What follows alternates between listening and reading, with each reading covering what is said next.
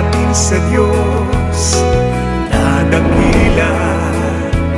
Kapwa nating natutong tumalima, nagsisisi tumalikod sa masama, sa iyong kay Sara.